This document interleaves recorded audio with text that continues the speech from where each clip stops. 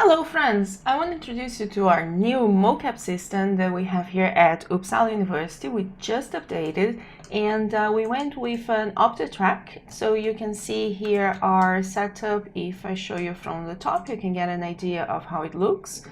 We have here on the long side prime 13W cameras, so on those both sides, 10 of those. And then on the long side, we have 3 cameras each, so 16 in totals, and that's prime 13. So those have a longer throw and those have wider focus on the side. So it's giving us a really good coverage, and we have these inside kind of large classroom, and it's just working so well. We're pretty much being able to cover almost underneath the cameras themselves. It's working really good.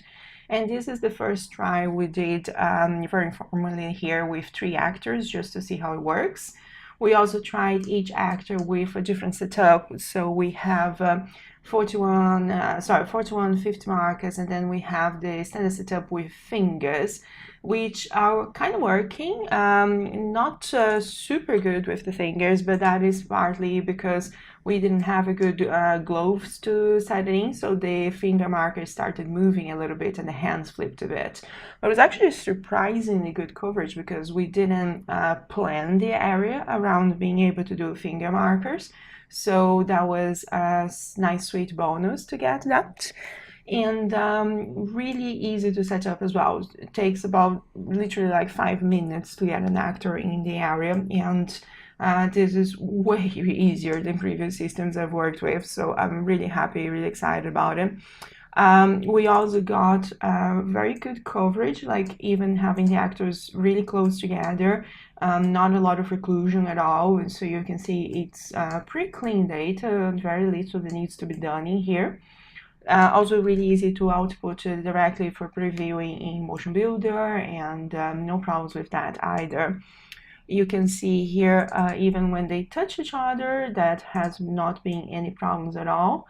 So we had some things, a bit more interactions, and you can see here that they are in the center, but there isn't any cameras down because we are in an education, so we have to keep our cameras pretty high up so it doesn't get any bumps or students accidentally knocking into it. So even without lower coverage, we still got really good data and not much occlusion at all. We tried a few things a little bit different. So we had some jumping around just to see how high we could get that coverage going, working really good. Some fun shootouts as well, so they were hiding behind cover, then there's a bit of occlusion from that cover going on in there. But pretty solid data. I mean, this is easy to clean and easy to use as well. And you can see that once they start moving and the cameras are seeing a little bit more, it kind of fixed itself, so it wasn't too bad either. A little bit more occlusion when we had them walking on tops of thick mats, so you can see like the skeleton data stopped recognizing, but we can still see that the cloud is good. It's just lost a few key markers and it's not getting complete identification. But again, that's to be expected because they were walking on top of a thick mattress at that point, and it just gets a bit more occlusion. But pretty happy with it. I think this is working in a really good way.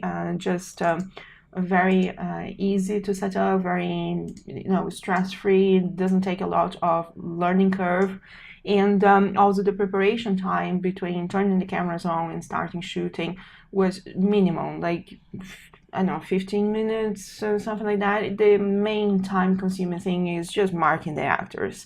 And that's pretty good. I mean, if your main concern is just how long it takes to mark the actors. So really happy. I don't have much complaints. Just, we're gonna keep using. I can give you some more updates after that, see how it goes.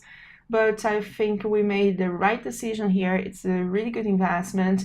And I know that our students will be so happy with being able to just go there and shoot their data and not have to, go through a very steep learning process. So if you guys are looking for a mocap system that is easy to use and gives you a good coverage area in a small environment like this. I would definitely recommend looking at the Optitrack cameras because they've proven very, very fantastic for us.